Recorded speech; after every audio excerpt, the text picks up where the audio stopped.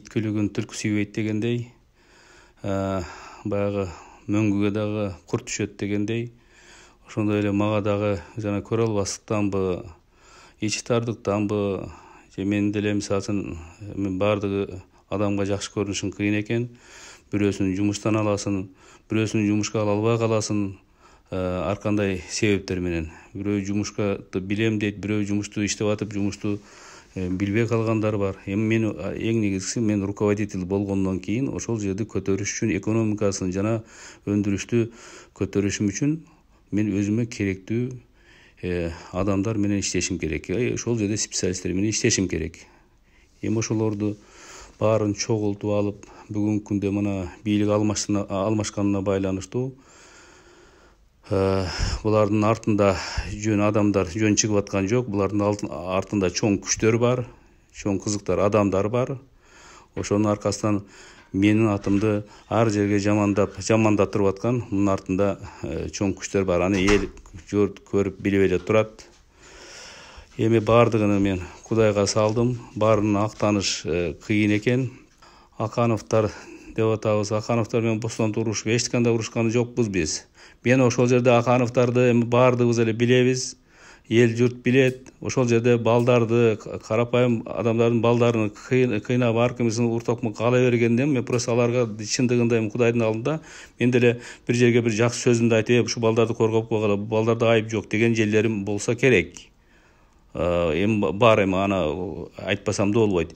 Эми ошону аларды коргоп койгонго менин күнөөм, эми мени ошол бостонуп бүт баардыгын сатып алган, башка кылган. Мен сатып алдым, мен кандай укугум бар, мисалы бирөөдө сатып алган укугум барбы?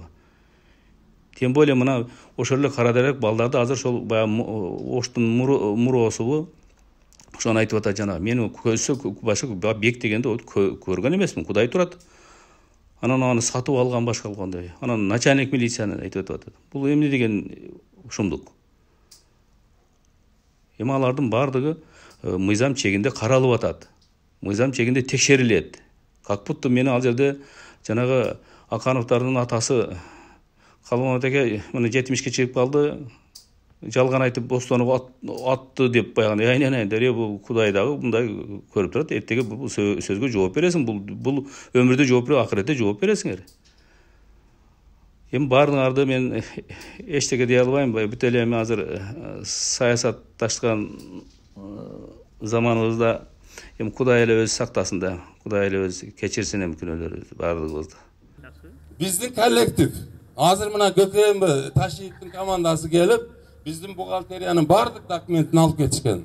Азыр чукулап отурушат, эчтеке таппай атышат. Бирок азыр документти биздики өтө идеальный.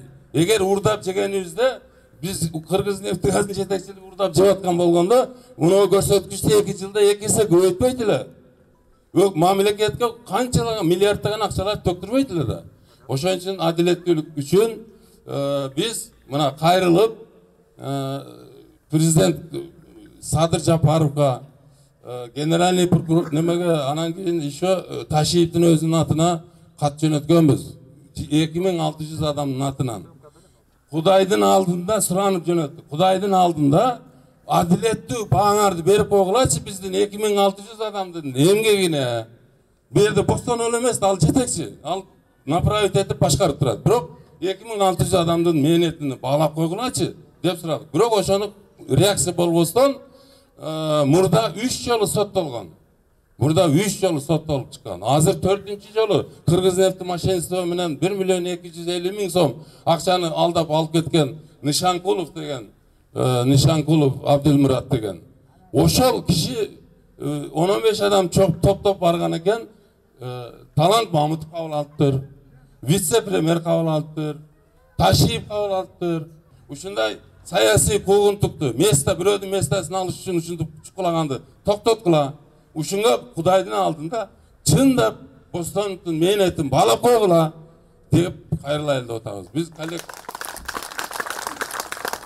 мына мен бардык цифралар менен айтып атам. Көрдүңөрбү? Бардык факты менен. Анан кийин дагы дополнительный информация керек болсо силерге, мына журналисттерге мен тактап дагы берем. Ошон үчүн мына мен ошол эле Ташиевдин аркасынан мына мен bir tiyin alбай өмүрүмө өткөзүп өзүмдүн пенсиямен бензин куюп ошо жүгүрүп жүргөм. Почему? Потому что адилетсиз болгон ошондо.